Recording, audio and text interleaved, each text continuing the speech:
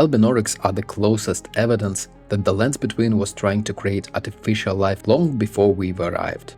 And from lore perspective, the Albinaurics expose a real obsession at the center of Elden Ring.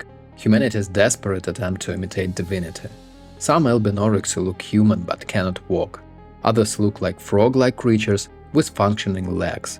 Then there is Latenna, Albus, but nothing about them fully matches. Nothing clearly fits together. And as it is in most cases, the Elden Ring game never outright explains why. So what exactly are Albinaurics?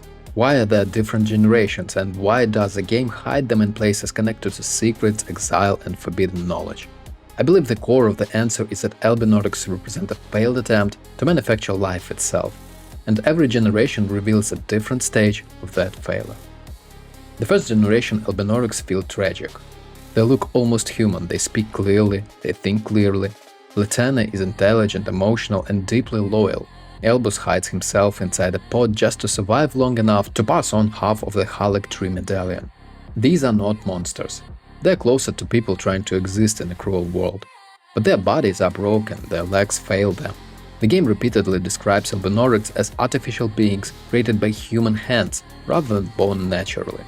They were engineered life, manufactured soul, something created in imitation of divine creation. And the first generation clearly didn't work properly.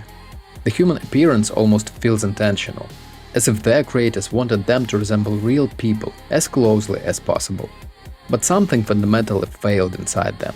Their bodies decay, their mobility collapses, their lifespan appears unstable. Albus especially feels important here. He looks ancient, dried out, almost unfinished, like something that should never have lasted this long. And yet he still speaks with awareness and purpose, which is a little horrifying, to be honest. The first generation of Albinaurics may have been physically broken, but emotionally and intellectually they seem the most human, which makes their suffering feel deliberate.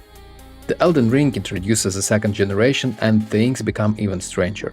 The frog-like Albinaurics are stronger physically. They move quickly, they fight aggressively, their legs function perfectly. In pure biological terms, they seem more successful than the first generation. But they barely resemble humans anymore. It's as if creators finally solved the physical instability problem, but lost something essential in the process. When I think about it, the second generation feels more like a terrifying compromise. Their bodies work, but their humanity faded during the process, almost like the creators prioritized functionality over identity. And I feel that this idea fits perfectly into Elden Ring's broader themes. Nearly every major power in the lands between sacrifices humanity in pursuit of perfection. The Golden Order does, Rare Lucaria does it, the demigods do it. Even the Tarnished participates in it consistently, through grafting, runes and rebirth. The Albinaurics may simply be another example of the same obsession. Not can we create life, but more like how much humanity are we willing to lose while trying. That is why the second generation unsettles me more than the first one. The first generation feels tragic, the second generation feels manufactured. And then Latenna completely changed how I understood Albinaurics. Before her questline, they mostly feel mysterious. Afterward, they feel hunted. Everyone seems to be searching for them, exploiting them, using them for access to the Haligtree.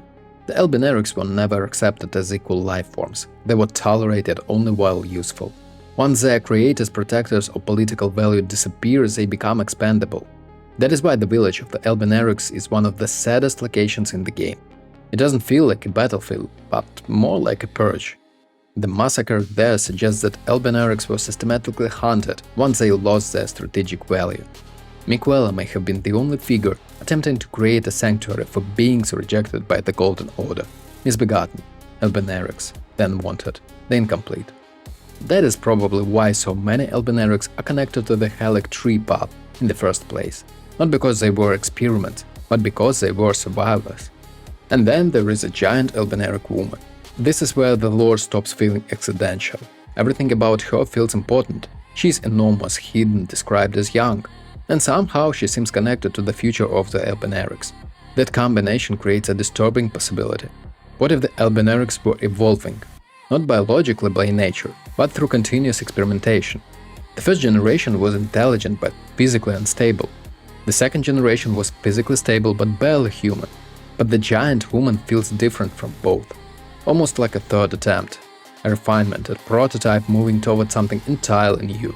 That idea completely reframes the Albinauric story, because suddenly their lore isn't only about failure anymore, it's about progression. The creators weren't abandoning the project, they were improving it. And if that is true, then the Albinaurics may represent the single closest thing in Elden Ring to artificially manufactured divinity. That would explain, by the way, why the game treats them with such secrecy. And it would explain why the Haligtree matters so much. Because the Haligtree itself is another attempt at creating an alternative form of life, outside the Golden Order. Everything starts connecting. Artificial people, trees, rebirth. The land between is filled with failed attempts to replace the natural order. Albinauric's lore feels like the hidden foundation underneath the entire game. Because Elden Ring constantly asks one terrifying question: what happens when people try to become gods without understanding life itself? The Albinaurics may be the answer. They are living proof that the world was trying to manufacture souls, identities, and even evolution itself. But not through nature, not through grace, through experimentation. And every generation reveals a different cost. Broken bodies, lost humanity, exile, mass slaughter, identity without belonging. That is why the Albinaurics feel so emotionally heavy compared to other creatures in the game. They were created artificially, but their suffering became painfully real. The artificial beings ended up feeling more human than the gods who created them. When I first played Elden Ring, I thought the Albinaurics were just strange enemies scattered around Liurnia. Now I think they might be the clearest mirror of the entire world, a civilization obsessed with perfection, slowly destroying itself while trying to create life in its own image. Thanks for watching, hit that like button and subscribe for more Elden Ring and other Souls-like games lore and guide videos, and stay sharp out there, Tarnished.